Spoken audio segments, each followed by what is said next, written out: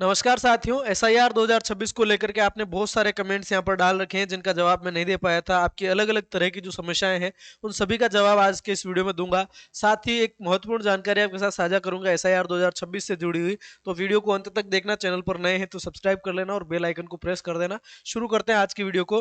पहला कमेंट दिख रहा है भाई साहब का 10 घंटे पहले का। अगर वोटर कार्ड और आधार कार्ड में एज अलग अलग है तो क्या होगा? एसआईआर फॉर्म में डेट आधार के हिसाब से सबमिट करी है तो क्या एसआईआर फॉर्म कैंसिल हो जाएगा और मैपिंग नहीं होगी क्या?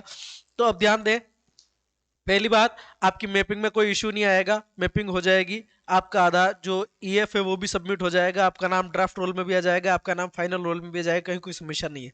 लेकिन आपको एक काम करना है, जिस भी कैंडिडेट के दो बर्थ डेट होती है, एक आधार में अलग है वोटर में अलग है, जिस भी कैंडिडेट के दो बर्थ डेट होती है, पहली और दूसरी, अब इनमें से क्या होगा, एक डेट ऑफ बर्थ ऐसी होगी जो सही होगी, यानी कि सारे डॉक्यूमेंट्स में मैच कर रही होगी, और एक अलग होगी। ठीक है।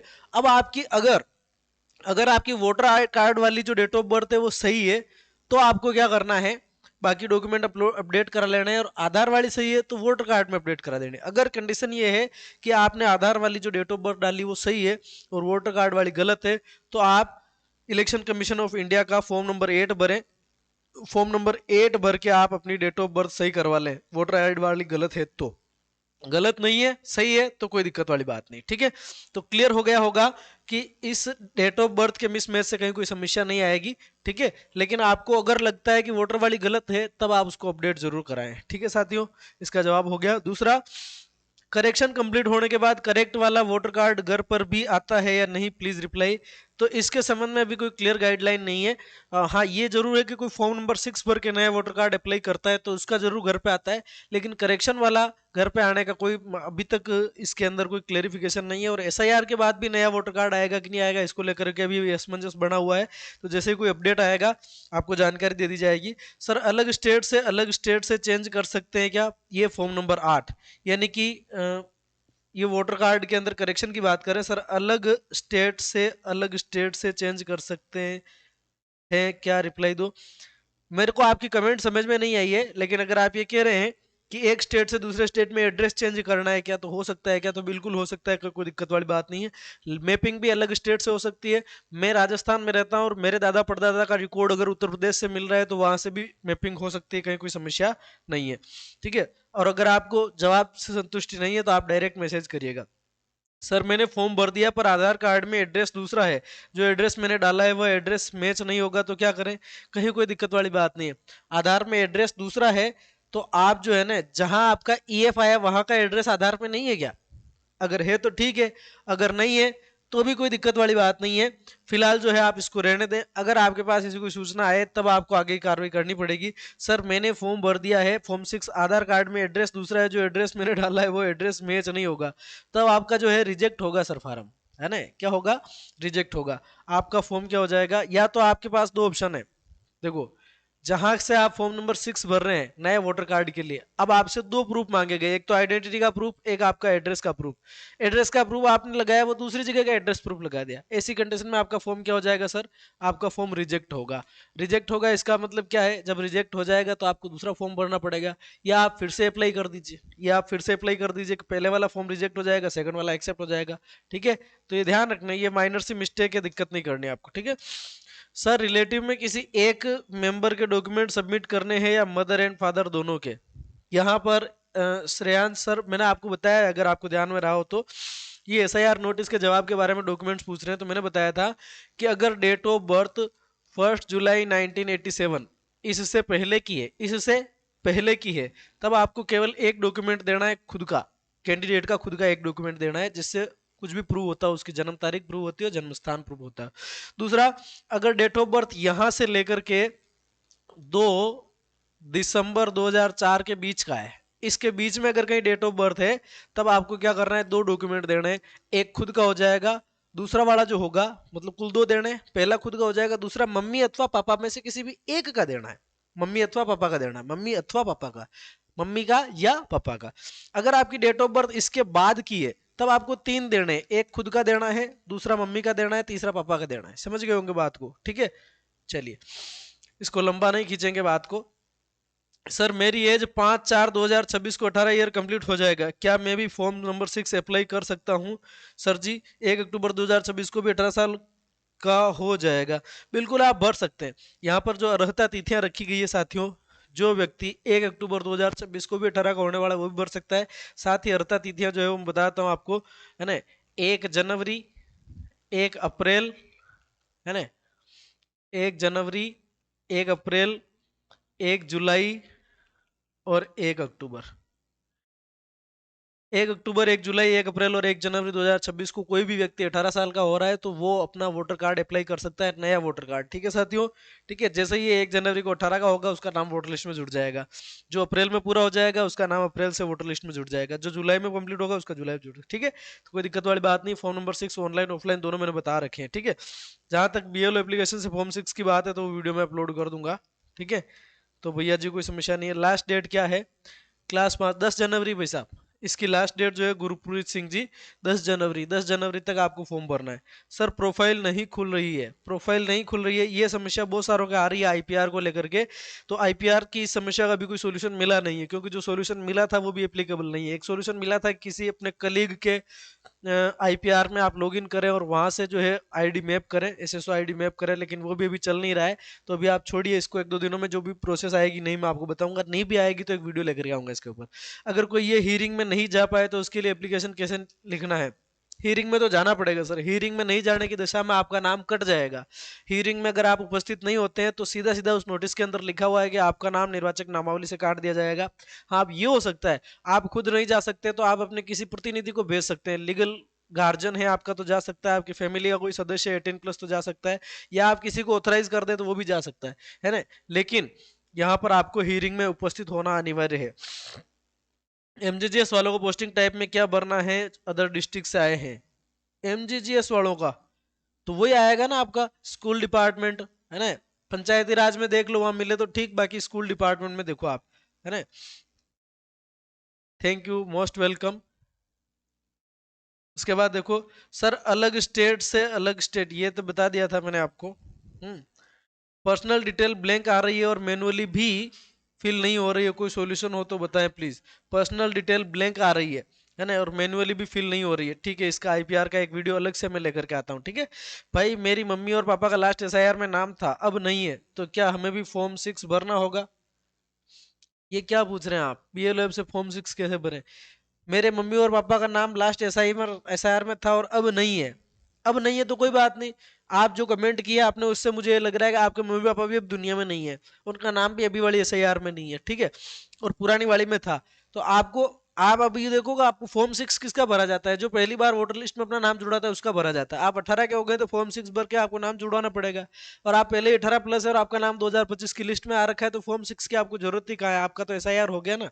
आप तो ड्राफ्ट लिस्ट में नाम चेक कर लो, अगर आपका आ गया है तो बहुत बढ़िया, नहीं आया तो फिर कमेंट करना। फिर बाकी आपकी पूरी जानकारी, अगर जब तक आप पूरी जानकारी नहीं समझाएंगे, कंप्लीट इनपुट नहीं देंगे, तब क्या होगा? तब तक जो है कंप्लीट जानकारी आपके सामने साझा नहीं होगी। अभी मैंने एआई से एक बनाया था, क्या कहते हैं उसको, थंबनेल बनाया था यूट्यूब का, है ना। तो आधार कार्ड से रिलेटेड था, मैंने उसको कहा मास्क्ड आधार यूज करना। मास्क्ड आधार का मतलब आधार नंबर को वहां पे XX मास्क कर रखा होता है। उस बंदे ने, एआई ने जो बनाया उसके अंदर आधार कार्ड के ऊपर ऐसे मास्क लगा दिया, वो अपने जो कोरोना के टाइम में लगा देते वैसा। तो क्योंकि अधूरी जानकारी दी मैंने। ठीक है, ऑनलाइन नहीं हो सकता है क्या? ऑनलाइन का कोई सिस्टम नहीं है। नोटिस का जवाब, 2025 में कोई नई प्रॉपर्टी नहीं ली है, पुरानी प्रॉपर्टी है, मैंने लॉक कर दी है, मगर नो डेटा दिखा रहा है। चलो इसका भी आपको इलाज बताते हैं, इसका भी सॉल्यूशन बताते हैं। सर फॉर्म 6 बीएलओ ऐप से कैसे भरें, बताने की कृपा करें। बिल्कुल, फॉर्म 6 में आपको जल्द ही वीडियो अपलोड कर दूंगा, फॉर्म 6 कैसे भरना है। Shalini Jain, sir SIR form Aadhaar के डिटेल से फिल किया है, पुराने वोटर कार्ड में डीओ भी अलग है, तो क्या कोई इशू रहेगा? तो मैंने आपको बता दिया, पुराने वोटर में आपकी डेट ऑफ बर्थ अलग थी, मतलब वोटर कार्ड में आपकी डेट ऑफ बर्थ अलग है, आपने आधार से भर दी जो कि सही है। अब आपको फॉर्म नंबर 8 भर के वोटर कार्ड के अंदर भी डेट ऑफ बर्थ चेंज करवानी है। ठीक है, फॉर्म नंबर 8 भर के डेट ऑफ बर्थ चेंज करा लो, बाकी कहीं कोई इशू नहीं आएगा। सर मेरे फादर का नाम 2002 में पदम बहादुर प्रधान था, अभी पदम बहादुर चेत्री है, तो उसका क्या करें? 2002 में अलग था और अभी अलग है, कुछ भी नहीं करना है आपसे। अगर आपके बीएलओ सर आपका कोई भी आईडी प्रूफ मांगते हैं तो वो दे देना, जिसके अंदर आपके पिता का नाम पदम बहादुर चेत्री लिखा आ रहा हो। आपका कोई भी डॉक्यूमेंट जिसमें फादर नेम पदम बहादुर चैत्री लिखा हुआ आ रहा हो वो दे देना, अगर बीएलओ सर मांगे तो, ठीक है। लॉजिकल डिस्क्रिपेंसी वालों का नाम भी कट सकता है क्या? नहीं कट सकता है, मैंने पहले ही बता दिया है, लॉजिकल डिस्क्रिपेंसीज वालों के नाम नहीं काटे जाएंगे, किसी भी सूरत में आपके नाम नहीं कटेंगे, ठीक है, किसी भी सूरत में आपके नाम नहीं कटेंगे। कितना टाइम हो गया वीडियो का यार, बंद करूं फिर। मेरे पास आज बीएलओ ने कॉल किया, बोला कि मेरा लॉजिकल डिस्क्रिपेंसी में आया है, डॉक्यूमेंट मांगा और मैंने दे दिया डॉक्यूमेंट, मेरा क्या हियरिंग हो सकता है? नहीं होगा। बस मैंने अभी जस्ट इससे ऊपर यही बात बताई थी, लॉजिकल डिस्क्रिपेंसी इसलिए आई है क्योंकि 2002 में आपके पिताजी का नाम और अभी वाले में पिताजी का नाम में छोटा मोटा कोई कोई मिसमैच है, उस मिसमैच को निकालने के लिए आपसे डॉक्यूमेंट मांगा, आपने जनरली आधार दिया होगा या कोई भी डॉक्यूमेंट दिया होगा, उसको बीएलओ सर उसके अंदर अपलोड कर देंगे, कहीं कोई समस्या नहीं है, लॉजिकल डिस्क्रिपेंसी वालों कोई समस्या नहीं। एड्रेस प्रूफ में आधार कार्ड किसका? एप्लीकेंट्स और हस्बैंड का है, एप्लीकेंट का देना पड़ेगा। ये फॉर्म नंबर 8 के बारे में पूछ रहे हैं कि एड्रेस प्रूफ में आधार किसका? एड्रेस प्रूफ में आधार उस खुद कैंडिडेट का है ना। जैसे किसी लड़की से आपने शादी करी और वो लड़की अपने पियर को छोड़ के आपके साथ रहने लगी, अब उसके आधार में भी तो एड्रेस अपडेट होगा, तो कुछ टू कुछ तो उसका एड्रेस प्रूफ चाहिए, हाँ ये यहाँ रह रही है, ठीक है। तो पति का नहीं चलेगा, पहले बता रहे हैं आपको, ठीक है, पति का नहीं चलेगा। गवर्नमेंट एम्प्लॉय सेलेक्ट करके फिर गेट स्टार्टेड करने के बाद जो पेज ओपन होता है उसमें एसएसओ आईडी ब्लैंक शो हो रही है, फ्रीज है। चलो इसका भी सॉल्यूशन बताते हैं, आईपीआर का मैं अलग से एक वीडियो लेके आता हूँ सर, है ना, उसमें सारी समस्याएं सोल्व कर देंगे। सर नमस्कार सर, मेरी बहन का नाम 2003 की वोटर लिस्ट में है, अभिभावक में पिता का नाम है, लेकिन रिलेशनशिप वाले कॉलम में पिता के स्थान पर पति अंकित है। 2025 की वोटर लिस्ट में बहन व पिता दोनों का नाम तथा रिलेशनशिप दोनों ठीक है, इस स्थिति में क्या होगा? तो मेरी बहन का नाम 2003 की वोटर लिस्ट में है, अभिभावक में पिता का नाम है, लेकिन रिलेशनशिप वाले कॉलम में पिता की जगह पे पति लिख रहा, कई कोने में को छोड़ो, उसको छोड़ दीजिए। दोनों ठीक है, 2025 में ठीक है, तो कोई दिक्कत नहीं। 2002 वाला 3 वाला 2 वाला जो डेटा है ना, वो केवल एक मैपिंग के लिए यूज किया जा रहा है। अब आपके जो नई वोटर लिस्ट, आपकी ड्राफ्ट लिस्ट आएगी, अभी आप यूपी से हैं मैं जहां तक लग रहा है, या कहीं किसी भी स्टेट से हो, ड्राफ्ट रोल आ गया है या आने वाला है, तो ड्राफ्ट रोल में चेक करिएगा कि सारी जानकारियां सही है। अगर वहां गलत आ रहा है तो आप फॉर्म नंबर 8 भर के इसको ठीक करा लें, बाकी कोई कहीं दिक्कत नहीं है, ठीक है। तो आप मेरी बात को समझे होंगे। सर रेफरेंस नंबर से फॉर्म कैसे मिलेगा सर, प्लीज रिप्लाई है।